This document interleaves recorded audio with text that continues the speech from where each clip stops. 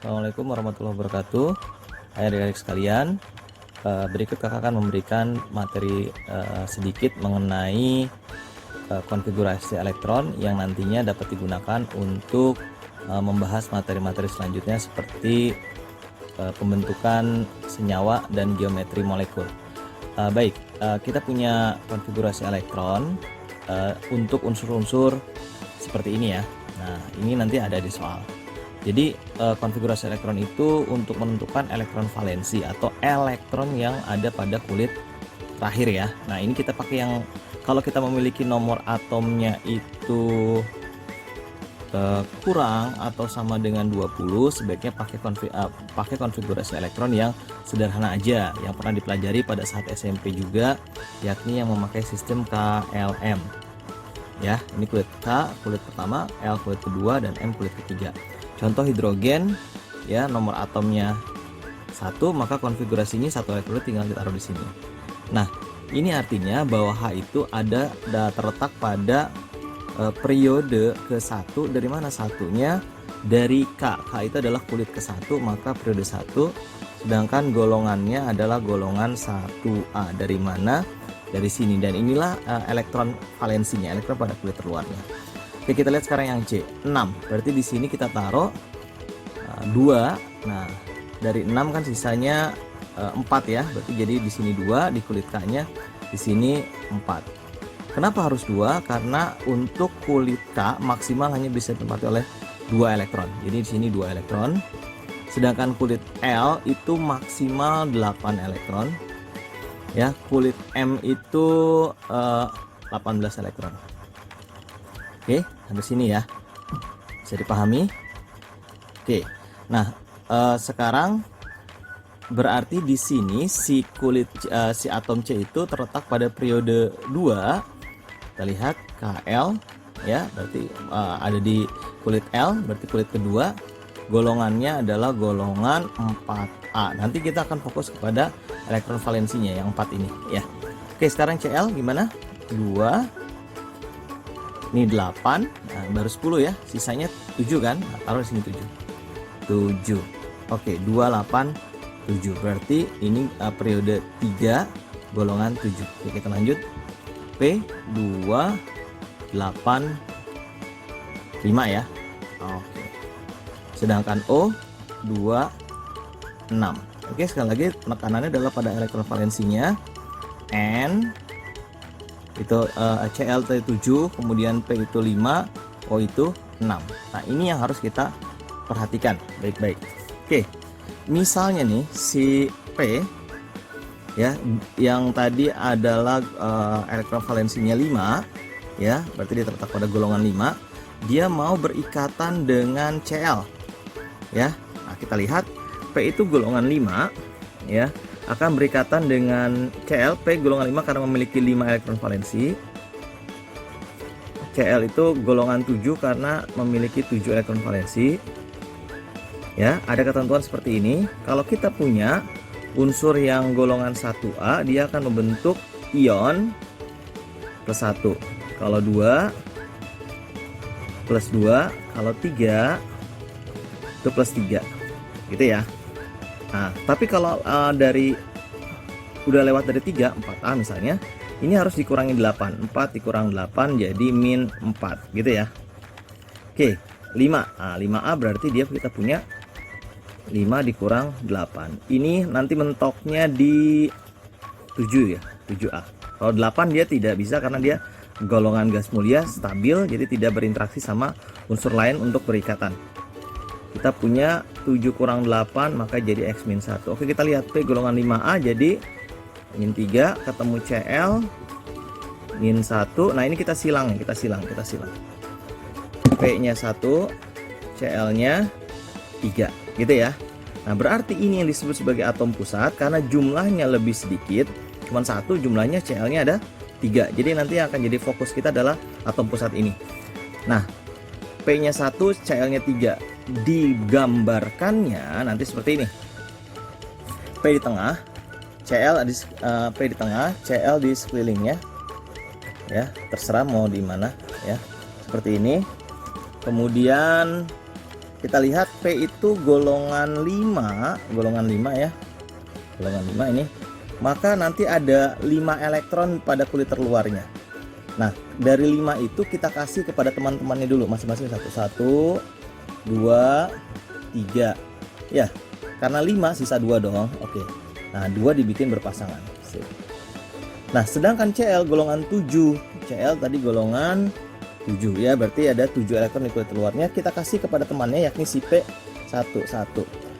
Jangan ngasih ke sini ya, karena yang dikasih itu adalah pasangan yang atom pusatnya ya. 1 ya, berarti sisanya 6. 1, 2, 3, 4, 5, 6, sisanya dibuat berpasangan. Nah, P ngasih 3 karena dia punya temannya 3, sedangkan Cl ngasih cuma 1 karena ya temennya itu atom pusat itu dia cuma ada 1 yang di tengah. Oke, ini juga begitu ya. Nah, ini juga begitu. Oke guys ya. Nah, kita coba lingkari untuk memperjelas yang di tengah. Nah, seperti ini ya, ini adalah atom-atom yang ada di sekeliling atom pusat ya, nanti akan menjadi yang namanya ini adalah pasangan elektron ikatan, pasangan elektron ikatan, pasangan elektron ikatan, dan ini adalah pasangan elektron bebas. Kasala tadi sudah menjelaskan mengenai konfigurasi elektron beberapa unsur ya dengan nomor atomnya, memakai cara KLM. Ini cara sederhana dengan catatan konfigurasi ini hanya bisa efektif diterapkan pada atom-atom yang memiliki nomor atom kurang atau sama dengan 20, dan nanti pastinya atom-atom tersebut adalah golongan A, jadi nggak mungkin golongan B gitu ya. Ini kebetulan kaitannya dengan soal-soal TO kalian, itu nomor atomnya maksimal 20. Nah, Kak, bagaimana kalau misalnya kita nanti ketemu dengan atom yang konfigurasinya lebih dari 20? Misalnya kita memiliki 23. Nah, ini kan lebih dari 20. Kita sebaiknya tidak memakai KLM karena nanti akan rancu ya. Jadi sebaiknya memakai yang 1S, 2S ya. Oke, masih ingat ya, kakak ulang sedikit. Misalnya kita punya 23, berarti kan 1S, 2S, 2P, 6 ya. Ini elektron-elektronnya kita taruh di atas ini. 2, 6 berarti udah 10 ya. Sisa 13 lagi. 3S, 2, 3P, 6. Nah, hati-hati, habis 3P, 6 lanjutannya adalah ke 4S, 2 ya. Kita lihat 2, 6, 10, 2, 6, 2, 20. Nah, berarti sisa 3 ya. Lanjut ke 3D, 3. Nah, ini jangan sampai lupa urutannya 1S, 2S nya ya. Jika lupa mungkin dibuka lagi catatan di sekolahnya. Konfigurasi ini harus berurutan sesuai tingkat energinya ya. Ada beberapa aturan situ, aturan Hahn, eksklusi Pauli ya, yang bisa menyusun seperti ini. Nah, ini kalau lebih dari 20 dia bisa golongan A, bisa golongan B ya. Kalau kita lihat terakhirnya di D, nanti si unsur X ini pasti golongannya golongan B ya. Golongan BB nya berapa, Kak? Nah, kita lihat berhentinya di D, yang di jumlah waktu di sekolah gimana terakhir gurunya ini ya, S sama D yang terdekat kita tambah aja, 2 tambah 3 berarti kan 5, maka dia adalah golongan 5B. Kalau periodenya, Kak, ini golongan nih. Kalau periodenya gimana? Kalau periodenya kita cukup melihat dari angka terbesar yang ada di depan ini. Tuh ya, ini angka terbesar di depan huruf ini ya, 1, 2, 2. Nah, kita cari yang paling besar. Ternyata didapat 4 ya. Maka periodenya periode 4. Gitu ya, guys. Jadi kalau lebih dari 20 agak ribet karena kita harus memakai konfigurasi yang 1S, 2S. Ya, penentuan golongannya pun bisa golongan B, bisa golongan A. Kalau berhenti di D berarti di golongan B. Kalau berhenti di S sama berhenti di P itu golongan A. Gitu ya. Oke, kakak belum ulang lagi. Baik, selanjutnya yang berkaitan dengan soal TO kalian itu adalah nanti kan diminta untuk menentukan senyawanya ionik apa kovalen seperti itu ya. Nah, ini pentingnya di sini. Ya, pentingnya kalian tahu golongan berapa. Kalau golongan 1A jadi X plus 1, golongan 2 jadi X plus 2, golongan 3 X plus 3, 4 harus dikurang 8 terus sampai 7. Nah, ini kaitannya dengan kayak gini nih ya. Kalau kita tahu P sama CL, yang satu golongan 5A, yang satu golongan 7A.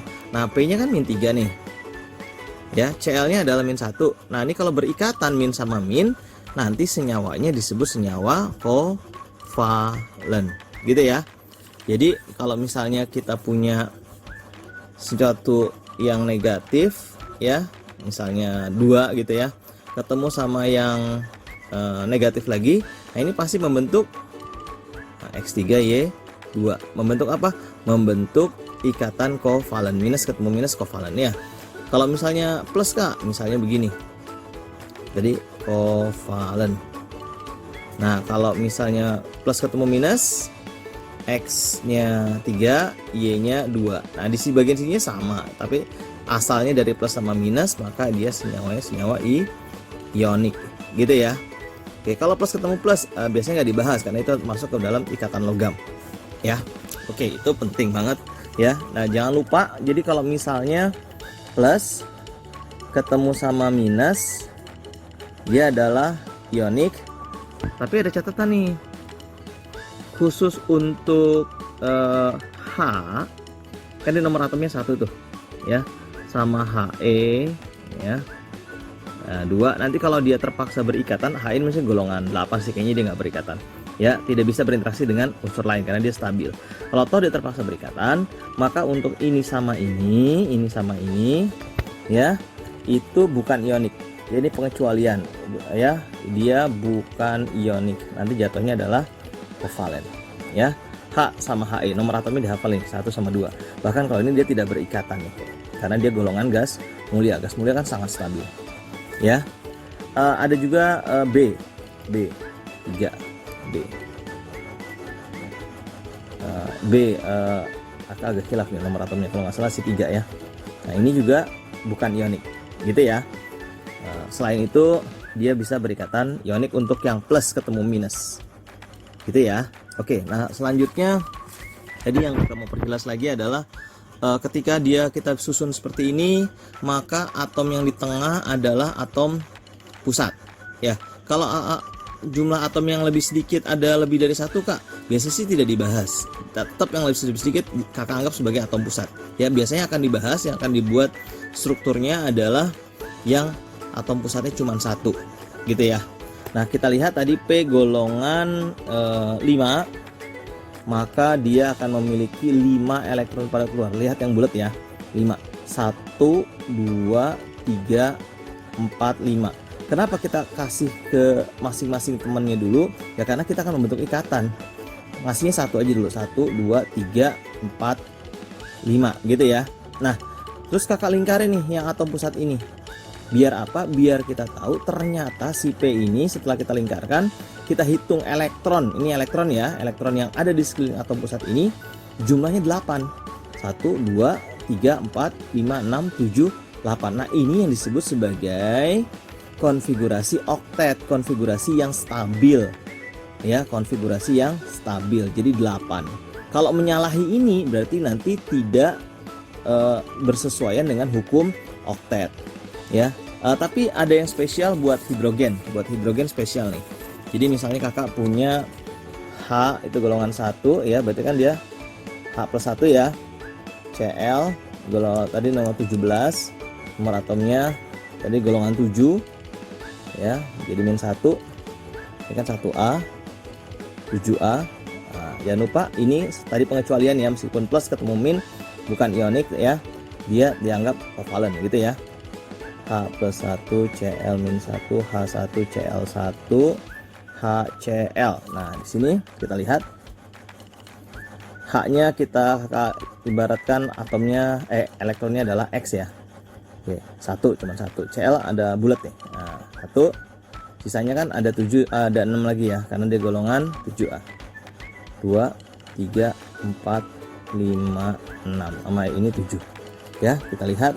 Nah, kita lingkarin.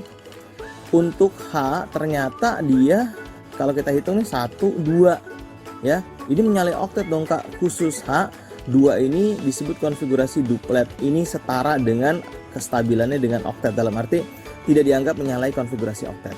Ya, khusus hidrogen. Cl ini gimana Kak? Ini 8 oktet kok. 1, 2, 3, 4, 5, 6, 7, 8. Oke, ya, barangkali tadi ada yang bingung kenapa dia 7A yang tadi, konfigurasi yang tadi yang 2 ya 8 7 gitu ya, pakai yang KLM ya, ini golongan 7A di sini gitu ya. Oke, jadi di sini yang namanya konfigurasi oktet itu kalau di sekelilingnya berjumlah 8 elektronnya ya. Kalau lebih dari 8 atau kurang dari 8 berarti menyalahi konfigurasi oktet. Nah, biasanya nih yang menyalahi konfigurasi oktet ya, yang tidak oktet biasanya begini. B ya, berikatan dengan apapun, dan biasanya ini berikatan dengan 3 buah atom lain, dia tidak oktet. Apalagi Kak, Be biasanya 2 ya, dia tidak oktet. BeX2 misalnya, BeCl2 gitu ya, itu tidak oktet. Kemudian P, kalau P biasanya belakangnya 5, jadi PCl5, nah ini tidak oktet. Lalu apalagi S misalnya SCl6, nah dia tidak oktet. OX6 tidak oktet. Lalu xenon Xe berikatan dengan apapun dan jumlahnya berapapun, dia tidak oktet ya. Jadi misalnya kakak punya contoh misalnya SF6, ini oktet apa tidak? Nah, berdasarkan catatan kakak ini pasti tidak oktet ya. S ya, S belakangnya 6, SF6, wah ini tidak oktet ya gitu ya. Oke, nanti bisa kalian terapkan. Kenapa sih Kak tidak oktetnya? Oke, kita lihat. S ini ternyata setelah kakak cek di sistem periodik dia golongan 6A ya. F ini golongan 7A. Oke, kita lihat ya. S di sini ya, S golongan 6, berarti ada 6 elektron terluar. F nya juga temannya ada 6 juga, 1 2 3 4 5 6 gitu ya. Nah, tadi kakak bilang harus ngasih satu-satu kepada teman-temannya dulu. 1 2 3 4 5 6. Wah, 6-6-nya udah dikasih ke temennya ya. Oke, sekarang si F itu 7. Nah, 1 2 3 4 5 6 7. Oke, yang lain begitu, tapi kakak tidak tulis semuanya, nanti malah bingung ya, kebanyakan silang ya. Kakak tulis, jadi X yang ini yang satu itu aslinya kayak gini nih. Nah, sisanya yang 6-nya kakak umpetin, nggak usah kakak tulis. Kakak lingkarin yang atom pusatnya aja. Nah, ini kalau kalian lihat ini totalnya ternyata ada 10 nih. Ada 10. 1 2 3 4 5 6 7 8 9 10 11 12. Ada 12, lebih dari 8. Jadi menyalahi konfigurasi oktet. Jadi fix ya, SF6 itu ya ternyata benar sesuai catatan kakak, dia tidak oktet. Gitu ya. Oke.